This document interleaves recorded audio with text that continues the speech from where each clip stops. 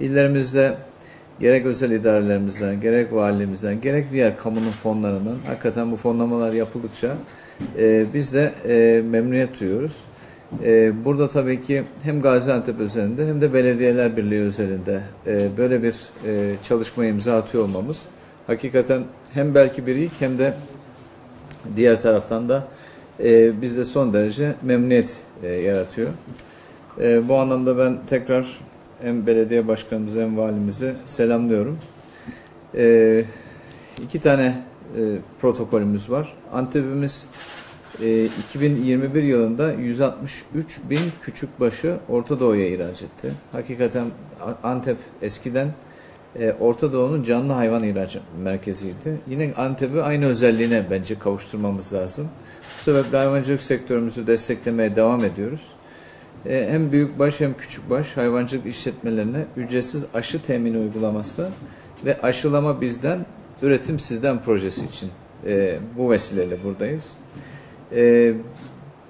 Bundan dolayı aşılama bizden, üretim sizden projesinin tüm illerimize örnek olmasını diliyorum, umuyorum. Hem ilimize, hem de bölgemize, hem de ülkemize hayırlı uğurlu olmasını diliyorum. Tekrar toplantımıza iştirak eden herkese hoş geldiniz diyorum. İnsan için tabii ki hayvansal proteinler önemli bir besin kaynağı, protein kaynağı. Bu sebeple sağlıklı ve kaliteli üretilmiş hayvansal gıdalara talep her geçen gün artıyor. Aynı zamanda hayvan ve insanlara geçen diğer bir ifadeyle zoonoz hastalıklar toplum sağlığını da ciddi olarak tehdit ediyor. Hayvan sağlığının güvence altına alınamadığı bir ortamda insan sağlığını korumak, gıda güvenliğini sürdürmek mümkün değil. Sağlıklı insan için sağlıklı hayvan yaklaşımında hayvan sağlığı, refahı, gıda güvenliği ve halk sağlığı gibi konularda bakanlığımızın önemli sorumlulukları mevcut. Zoonoz hastalıklarla mücadelede en önemli argümanımız aşı ve aşılamalar. Bakanlık olarak sadece kamu hizmeti sunan veteriner hekimler vasıtasıyla geçen yıl 9 farklı hastalık grubunda büyükbaş ve küçükbaş hayvanlarda 75 milyon aşılama yaptık. Taşra teşkilatımızda çalışan veteriner hekimlerimiz ülkemizin en ücra köyündeki hayvanların sağlığını korumak için her türlü zor coğrafi şartlara rağmen yıllardır çalışmalarını özveriyle sürdürmekteler. Tabi bu çalışmaları hayvan sağlığı ve halk sağlığının korunması amacıyla hayvan hastalık ve zararlarıyla mücadele programı kapsamında yürütüyoruz. Söz konusu programla şap, sığır brusellozu, koyun keçi brusellozu, şarbon, koyun keçi çiçek, koyun keçi vebası, mavi dil, kuduz ve sığırların nodüler egzantemi hastalıklarına karşı koruma amaçlı yoğun bir şekilde aşılama çalışmalarını gerçekleştiriyoruz. Hayvanlardan insanlara geçen zoonotik hastalıkların birçoğu bakanlığımızca ihbara zorunlu hastalıklar kapsamında değerlendirilmektedir. Bu çerçevede zoonotik hastalıklara özel bir önem gösterilmekte. Hastalıkların insan ve hayvan sağlığını tehdit eden risklerini bertaraf etmek için de gerekli tedbirler en üst seviyede alınmaktadır. Hayvan hastalıklarıyla mücadelenin yanında hayvancılığımızı da izlemek için de birçok çalışma yürütüyoruz. Bu çalışmalardan en önemlilerini sayacak olursak birincisi hayvanların kimliklendirilmesi ve kayıt altına alınması. İkincisi hayvan hareketlerinin kontrolü. Üçüncüsü halk sağlığı ve hayvan refahının sağlanması. Dördüncüsü hastalıkların teşhis ve tedavi hizmetlerinin sağlanması. Beşincisi de sağlıklı hayvansal ürün elde edilmesine yönelik çalışmalardır. Tabii yeri gelmişken fikir babası olduğum bir projeden de bahsetmek istiyorum. Geçen senenin sonunda yerli ve milli elektronik küpe hayvan takip sisteminin lansmanını yaptık.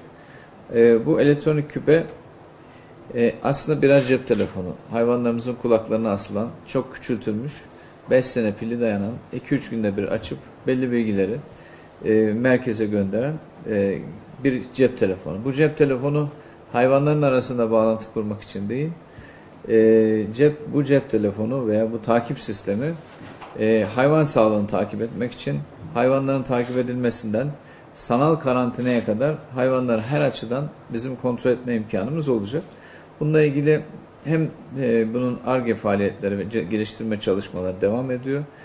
Tüm pilot çalışmalarımız gösterdi ki hakikaten bu çok faydalı bir sistem. Bu ve bunun gibi benzer çalışmalarında devam etmesi için sektörümüzü biz her zaman desteklemeye devam edeceğiz. Yine hayvan sağlığını ve dolayısıyla halk sağlığını korumak amacıyla hayvan hastalık ve zararlarıyla ilgili mücadele sürdürüyoruz. Bu projeye ilave olarak yine AB destekli toplam 14.850.000 euro bütçeli kuduz hastalığına karşı oral aşı temini projesi devam ediyor. Bu kapsamda yaban hayatında tilkilere yönelik kuduz hastalığına karşı bakanlığımızca belirlenen bölgelerde havadan aşılama yapıyoruz. Havadan aşı atımı gerçekleştiriyoruz. Yine AB destekli 13.750.000 euro bütçeli sığırların nodüler egzantemi hastalığının kontrolü, önlenmesi projesini yürütüyoruz. Yine vektör kaynaklı hastalıkların izlenmesi, Brusella'nın kontrolü, eradikasyonu, şap hastalığı kontrol, eradikasyon eylem planı, veteriner tıbbi ürün kontrol merkezi kurulması gibi projelerimize devam ediyor. Tüberküloz ve bruselloz hastalığı ile mücadele amacıyla bu hastalıklardan ağır işletmeleri de yine ayrıca destekliyoruz. 2022 yılında bakanlığımızca yapılan çalışmalar neticesinde Brusella, şap, koyun keçi vebası yani PPR hastalığının eradikasyon çalışmalarında başlatmış bulunmaktayız. Değerli konuklar, bakanlığımızın aşılama programında yer alan ve ücretli olan aşıların bedeliyle uygulama ücretlerinin hayvan sahipleri adına karşılanması amacıyla valiliğimiz, Büyükşehir Belediye'miz arasında bir protokol hazırladık. Söz konusu protokol kapsamında şap ve koyun keçi çiçek aşılarının bedeliyle diğer tüm aşıların uygulama ücretleri ve aşılama çalışmaları için gerekli malzemeler Büyükşehir Belediyesi'nce karşılanacak. Yaklaşık 2,8 milyon lira maliyeti olacak. Gaziantep ilinde 2022 yılı boyunca bakanlığımız TÜRKVET kayıt sistemine kayıtlı olan yaklaşık 194.000 büyükbaş ve 700.000 küçükbaş hayvanın tamamı ve yaklaşık 5.000 kedi köpek aşılama kapsamına alınacak. Protokol çerçevesince bakanlığımızca büyükbaş hayvanlara Brusella, nodüler egzantem, küçükbaş hayvanlara Brusella ve koyun keçi vebası aşıları ücretsiz temin edilecek. Uygulamalar il ilçe müdürlüklerimizde görevli yaklaşık 120 veteriner, hekim ve veteriner sağlık personelimiz tarafından yapılacaktır. Ulaşımda kullanılacak araçlar il ilçe müdürlüklerimizce sağlanacak. Aşılamadan doğacak anafilaktik şok sonucu ölüm ve atıkların tazminatı da bakanlığımızca ödeniyor olacak. Böylece 2022 yılında Antepli yetiştiricilerimizin hayvanlarına şap, Brusella, LSD, PPR, koyun keçi çiçek ve kuduz aşıları yapılarak ödemeleri gereken 2.390.000 lira da ceplerinde kalmış olacak. Uygulamayı sadece Gaziantep özelinde değil, tüm ülke satında yaymak için Türkiye Belediyeler Birliği ile de hayvan hastalık ve zararlarıyla ilgili mücadele kapsamında ücretsiz aşı temini ve uygulanması protokolünde imzalıyor olacağız. Her iki protokolün de ülke hayvancılığına önemli katkılar sunacağına inancım tamdır. Değerli katılımcılar, son 19 yılda tarım orman alanında yapılan çalışmalar ve özellikle Cumhurbaşkanlığı hükümet sisteminin sağladığı imkanlarla beraber son 3 yılda hayata geçen büyük projelerle ülkemize çağ atlattık.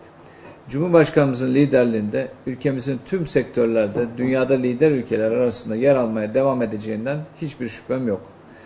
Tüm bu çalışmalarda desteğini bizden esirgemeyen, her daim liderlik eden, ilham kaynağı olan saygıdeğer Cumhurbaşkanımıza sizlerin huzurunda şahsım ve bakanlığım adına bir kez daha şükranlarımı arz ediyorum.